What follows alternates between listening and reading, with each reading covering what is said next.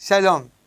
Dans la paracha de Behar et la Haftara qui lui est adjointe, eh bien, nous avons l'habitude de rappeler l'importance de la mitzvah du jubilé, la 50e année, qui a une forte influence sur l'ordre social de la société hébraïque, puisque, en rappelant la mitzvah du jubilé, nous insistons sur le fait que la terre appartient avant toute chose à Akadosh Baruch Hu. C'est une frontière très mince entre justement la concurrence économique, les fluctuations qui existent au quotidien et la prise de compréhension que nous sommes tous là pour servir au mieux les intérêts du projet divin qui sont évidemment infinis et profondément nobles. Et voilà que justement, alors que dans la paracha de Behar, on va mettre en évidence l'importance de sanctifier cette 50e année, l'importance de la pratiquer, et que si effectivement nous évitions ou nous hésitions à pratiquer cette mitzvah de la Shemitah, du jubilé, eh bien cela aurait des répercussions très lourdes puisque la terre d'Israël pourrait nous renvoyer justement vers l'exil par manque de compréhension du lien qui nous relie à Eretz Israël.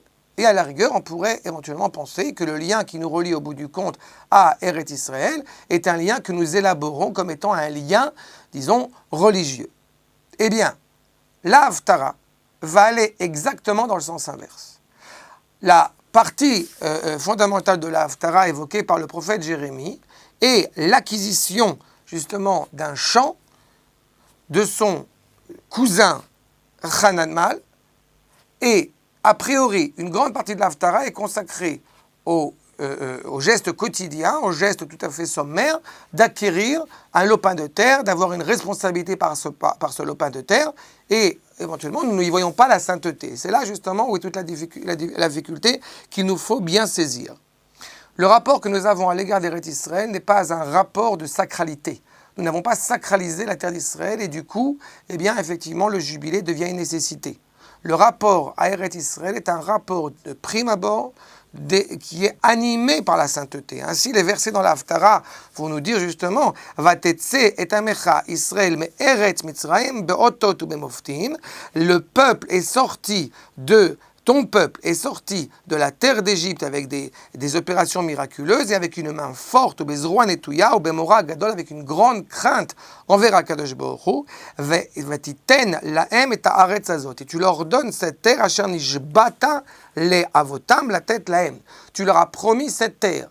C'est-à-dire que le lien qui nous relie à Eretz Israël est inhérent et conditionné par le fait que le peuple juif soit intimement relié à cette terre, et cette terre est intimement reliée à ce peuple, à tel point que nous enseignerons des maîtres et des penseurs et des auteurs, qu'ils soient juifs ou non, sur ce qui se passe en Eretz Israël pendant 2000 ans. Quand la terre d'Eretz Israël n'est pas habitée par son peuple, elle est une terre au bout du compte stérile, est une terre où ne pousse rien. C'est-à-dire que ce n'est pas parce que justement cette terre est stérile, c'est parce que justement cette terre n'est pas habitée par son peuple. Alors que cette terre où justement nous dit la tête la Emeret Zavat Chalav ou Dvash, cette terre où coule le lait et le miel, deux denrées qui partent d'une notion d'impureté, le sang qui devient du lait, l'abeille qui va donner au bout du compte du miel, eh bien deviennent des expressions de douceur grâce au fait que le peuple juif y réside. Ce que nous apprenons quand nous sommes en Eretz Israël et aussi quand nous sommes en exil, est le fait que le lien qui nous relie à Eretz Israël est un lien justement inconditionnel, irrationnel, et qui ne relève pas justement d'une compréhension climatique, écologique ou même économique. Et justement, la suite de la Haftara, Vayavu ve'irshu ota ve'lo shamu bekolecha. Ils sont venus, ils ont hérité de cette terre. J'ai souvent coutume de rappeler que Vayavu, ils viennent. S'il avait écrit ils vont, on aurait compris qu'effectivement, ils n'ont pas de lien privilégié avec cette terre. Mais en disant ils viennent, d'une certaine manière, ils reviennent à la maison. Et ils vont hériter de cette terre. Seulement, malheureusement, ils n'ont pas su reconnaître l'intonation de ta voix, Akadosh Baruch Hu, et de ta Torah, n'ont pas suivi ce chemin. Kol asher tzivta lahem la'asot, tout ce que la Torah, au bout du compte, a exigé de nous de faire, vatikra otam et kol hara azot. Et arrive alors, évidemment, cette difficulté qui nous amène à, que Dieu nous en préserve, à partir en exil.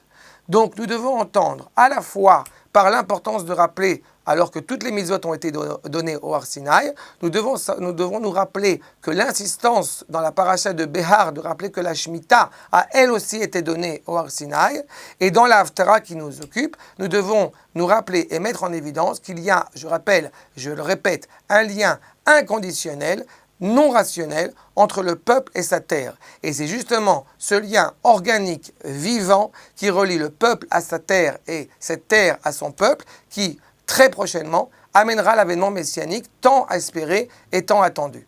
Shabbat Shalom.